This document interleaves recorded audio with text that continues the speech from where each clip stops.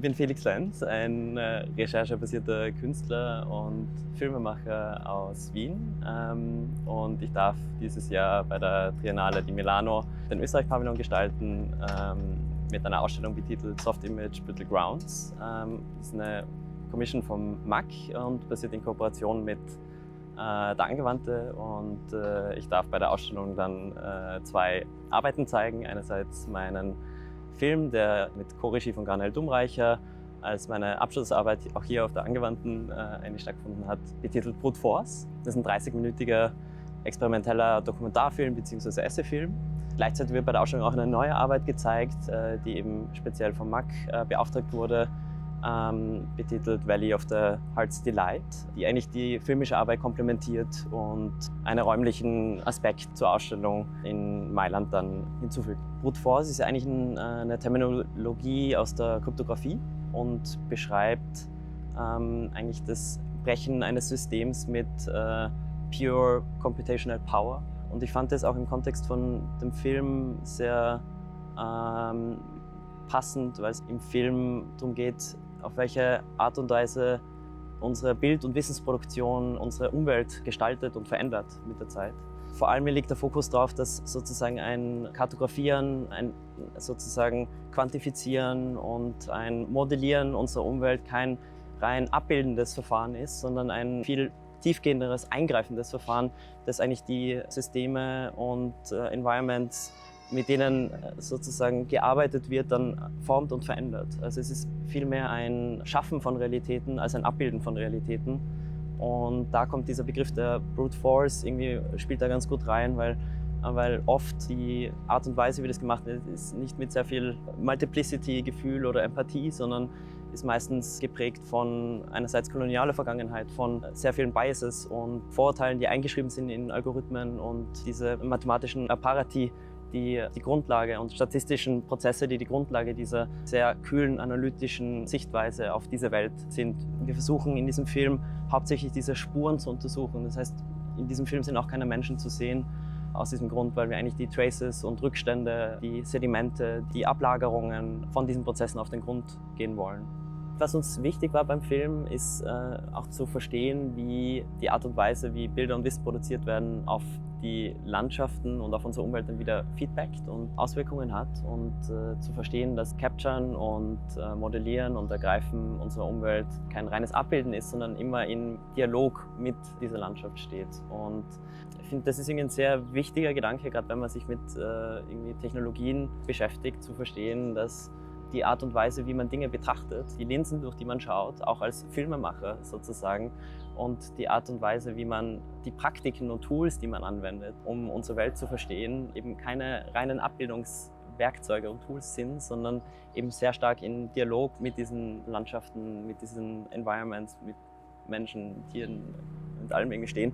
Und wir haben eine sozusagen neue Iteration des Doppelspaltexperiments in einem Kernreaktor in Frankreich, in Grenoble, dokumentiert mit einem Quantenphysiker, weil ich es interessant fand, dass irgendwie dieses Phänomen eben in allen Skalierungen irgendwie zutrifft. Im Kleinen, also auf Quantenebene, ist es ja sehr klar dokumentiert, dass ein Betrachten von etwas den Zustand von dem, was betrachtet wird, verändert. Das wird in diesem Experiment recht klar sichtbar, tritt aber auch in größeren, im makroskopischen, in größeren Skalierungen zu. Das heißt, wenn wir bestimmte Methodiken anwenden, um unsere Welt irgendwie in Worte zu fassen, in Bilder zu fassen, dann verändern auch diese Methodiken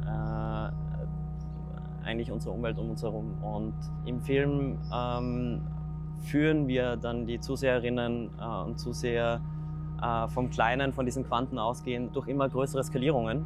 Von Quarzminen, wo das Silicon für unsere Chips abgebaut wird, hin bis zu Satellitenaufnahmen, bis zu den Datenzentren, wo diese Informationen dann wieder verarbeitet werden, bis hin zu den Kühlketten und Infrastrukturen, die diese Prozessor versuchen kühl zu halten und die enormen Mengen an Wasser, die benötigt werden, um diese Prozessoren überkühlt zu halten. Und dann wiederum die Orte, von denen dieses Wasser abgezogen wird und wie die Landschaft dort verändert wird, welche Rückstände, welche Sedimente sich dort bilden. Und an diesem Endpunkt, an diesen Salzseen, mit denen wir uns ja viel beschäftigt haben, weil wir haben an recht vielen Orten gedreht. Wir haben in Österreich, in Deutschland, in Frankreich und in den USA gedreht.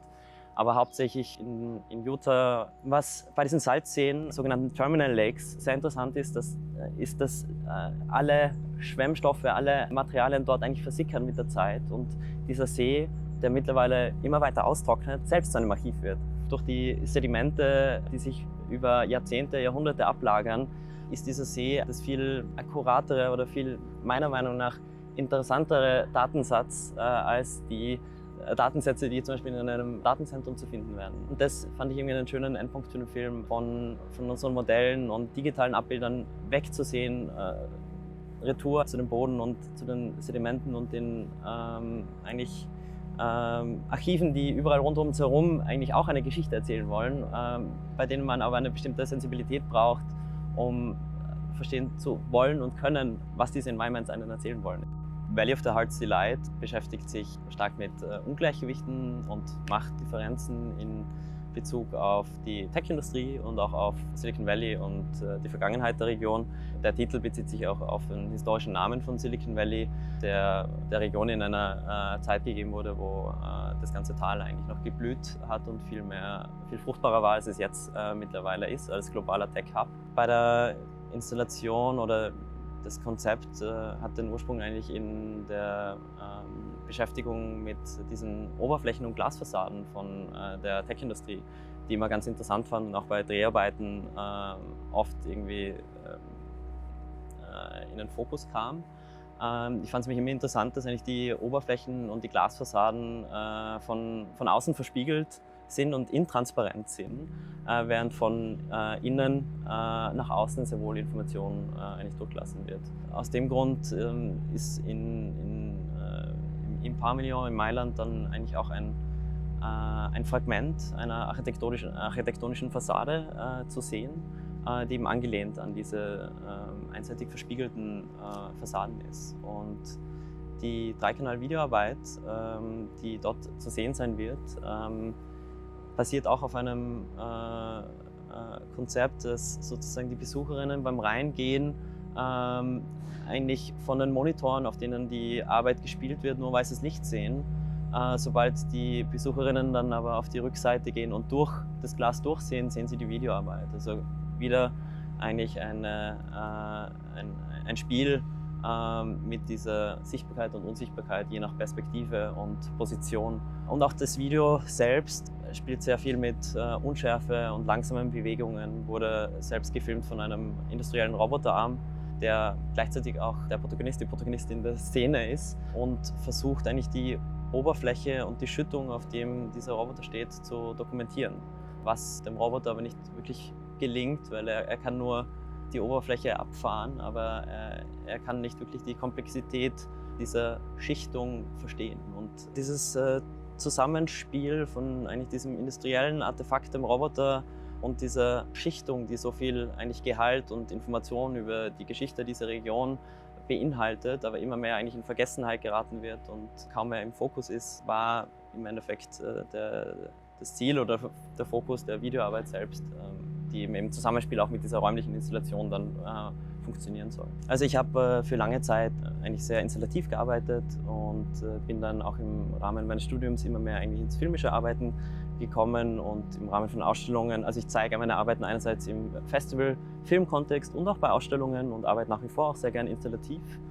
Es geht mir hauptsächlich um die Inhalte und eine eigentlich recherchebasierte, kritische Auseinandersetzung mit den Themen, die mir wichtig sind. Das heißt, das Medium passt sich dann oft auch eigentlich den Inhalten an und es geht sehr oft um geopolitische, technologische und ökologische Themen in meinen Arbeiten.